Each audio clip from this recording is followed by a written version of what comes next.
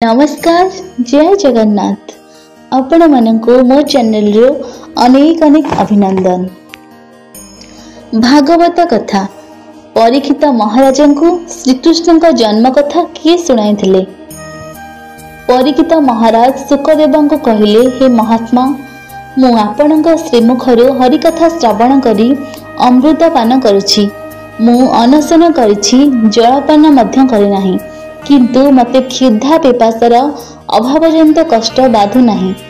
मते श्रीमद् भागवतंकर जन्म लीलार कथा विस्तार पूर्वक कही मोर प्रकृत तृष्णा मेंटंतु। श्री सुखदेव कहले, हे राजन, वासुदेव श्रीकृष्णकर कथा प्रति आपणकर अनुराग देखि मु अतिशय आनंद हेउछि। ता छड़ा कृष्ण कथा वर्णना करिबारे मध्य मोर महा आनंद। गंगाबारी जेपरि सबकिछि पवित्र करिदिए, सेहीपरि वसुदेवଙ୍କ कथा जे कहे से पवित्र हुए एवं श्रोता मध्य शुद्ध एवं पवित्र होइथाए, वातावरण मध्य पवित्र होइथाए। से कहिले, धरित्री माता दिने गोटे गाई रूप धारण करी ब्रह्माଙ୍କ निकटरे पहुँचे निजर दुखर कहानी जणाई कहले, प्रभु, हिंसारे उन्मत्त दान बकुलर भार मु आ सही पारे नाही। एपरी भाराक्रांत अवस्था मु केते काल रहिबी, आपण एहार प्रतिविधान करंतु। पृथ्वीर एही करुण क्रंदन सुनी ब्रह्मा समाधि जोगरे निमग्न हेले। ध्यान भांगिबा परे ब्रह्मा कहले, तुमर एही दुखर कथा भगवान जानछंती। से अविलंबे धराधाम रे अवतीर्ण हेबे एवं वसुदेव देवकीଙ୍କ ओलसरु जन्म हेबे। इति मध्यरे देवता माने मध्य निज निज पत्नीଙ୍କ सह मर्त्यधाम रे जन्म ग्रहण करिवे। सहस्र शीर्ष अनंत देव प्रथमे अवतीर्ण हेबे। जे भगवतींकर माया रे संसार मोहित, से मध्य जोगमाया रूप रे जगत रे अवतीर्ण हेबे। मथुरार राजा उग्रसेनଙ୍କ पुत्र कंस थिला प्रबल प्रतापी और जन अत्याचारी, किंतु तार भगिनी देवकी को कंस खूब स्नेह करुथिला। जदुवंश रे जने सुपुरुष वसुदेवଙ୍କ सहित से जाकजकमरे देवकींकर विवाह संपन्न कला। कंस धनरत्न सामग्री जौतुक आकार दे भगिनी देवकी और वसुदेव को निज रथरे बसाई वसुदेव गृह को जाउथिबा समय रे आकाशवाणी हिला, कंस, तू जहा को रथरे बसाई नेउछु, सेई तोर भगिनी देवकीर गर्भरु जे अष्टम संतान जन्म हेबो, ताहा हातरे तोर प्राण जीव। दैववाणी सुनी कंस चमकी पड़ला। मो भौणीर देवकी अष्टम गर्भर संतान हाथ में मोर प्राण जीव?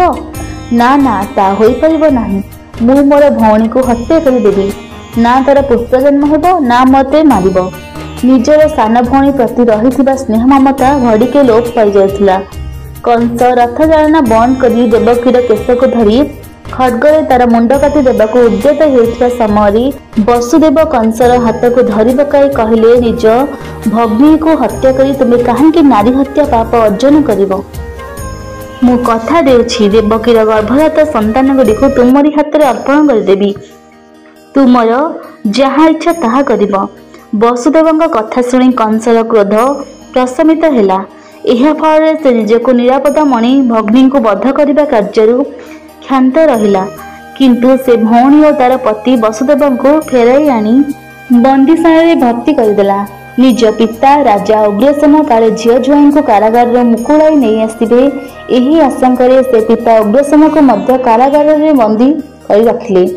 निजे राज सिंहासन में बसिला। कंस बड़ दुर्दांत प्रकृतिर थिला। तार अत्याचार सही न पारी जदुवंशर बहु लोक भयभीत होई दल दल होई अन्य देश को पळाई जाइथिले। कंसर अत्याचार जोगु देवता माने मध्य आतंकित होई पड़ले।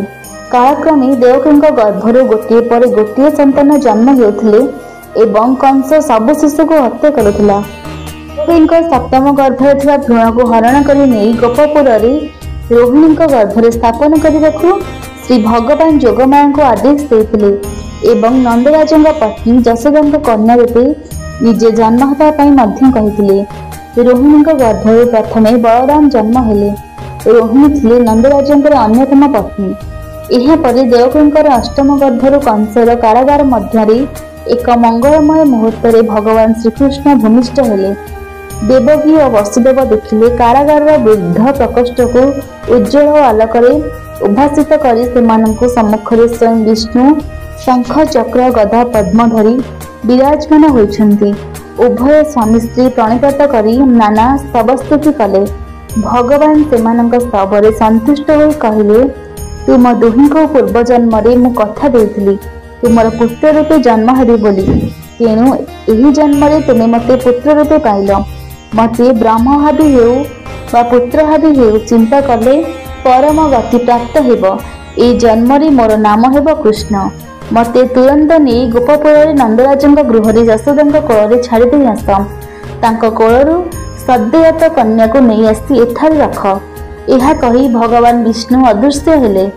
ଏହାପରେ ବସୁଦେବ ଶିଶୁକୁ ମସ୍ତକରେ ଧାରଣ କରି ବଜ୍ରଧାମ ଉଦ୍ଦେଶ୍ୟରେ ଯାତ୍ରା କଲେ। ଏହି ସମୟରେ କାରାଗାରର ଦ୍ୱାର ସବୁ ଆପେ ଆପେ ଖୋଲିଗଲା ଏବଂ ପ୍ରହରୀମାନେ ଅଚେତ ଅବସ୍ଥାରେ ଶୋଇପଡ଼ିଲେ। ନିଃଶବ୍ଦ ସମୟ, ଅନ୍ଧକାର ରାତି। ଆକାଶରେ ଘଡ଼ଘଡ଼ି ଚଡ଼ଚଡ଼ି, ମୂଷଳ ଧାରାରେ ବର୍ଷା।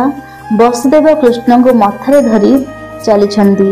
ସେହି ବର୍ଷାରେ ଏବଂ ଶିଶୁକୁ ବର୍ଷାରେ ରକ୍ଷା କରିବା ଲାଗି ଅନନ୍ତ ନାଗ ସହସ୍ର ଫଣା ମେଲାଇ ଛତା ପରି ଢିଙ୍କି ବସିଲା। ବସୁଦେବ ଯମୁନା ପାର ହେବା ବେଳକୁ ବନ୍ୟାରେ ନଦୀ ଦୁଇ କୂଳ ଉଛୁଳୁଛି। କିନ୍ତୁ ଆଶ୍ଚର୍ଯ୍ୟର କଥା, ବସୁଦେବ ଅକ୍ଳେଶରେ ନଦୀ ପାର ହୋଇ ପହଞ୍ଚିଲେ ନନ୍ଦରାଜଙ୍କ ଗୃହରେ।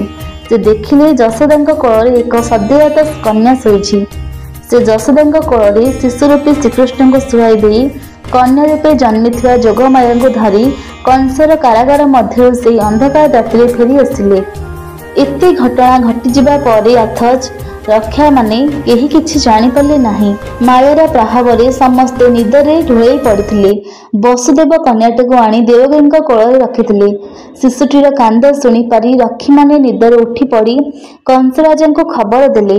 ନିଷ୍ଠୁର କଂସ ଧାଇଁ ଆସି କନ୍ୟାଟିକୁ ଧରି ଏକ ପଥର ଉପରେ କଚାଡ଼ି ଦେବା ମାତ୍ରେ କନ୍ୟା ଅଷ୍ଟଭୁଜା ମୂର୍ତ୍ତି ଧାରଣ କରି ଶୂନ୍ୟକୁ ଉଠିଯାଇ ଗମ୍ଭୀର ସ୍ୱରରେ କହିଲେ, ରେ କଂସ, ତତେ ଯେ ବଧ କରିବ ସେ ବର୍ତ୍ତମାନ ନନ୍ଦପୁରରେ ରହିଛି। ଏହା କହି ମହାମାୟୀ ଅନ୍ତର୍ଦ୍ଧାନ ହୋଇଯାଇଥିଲେ।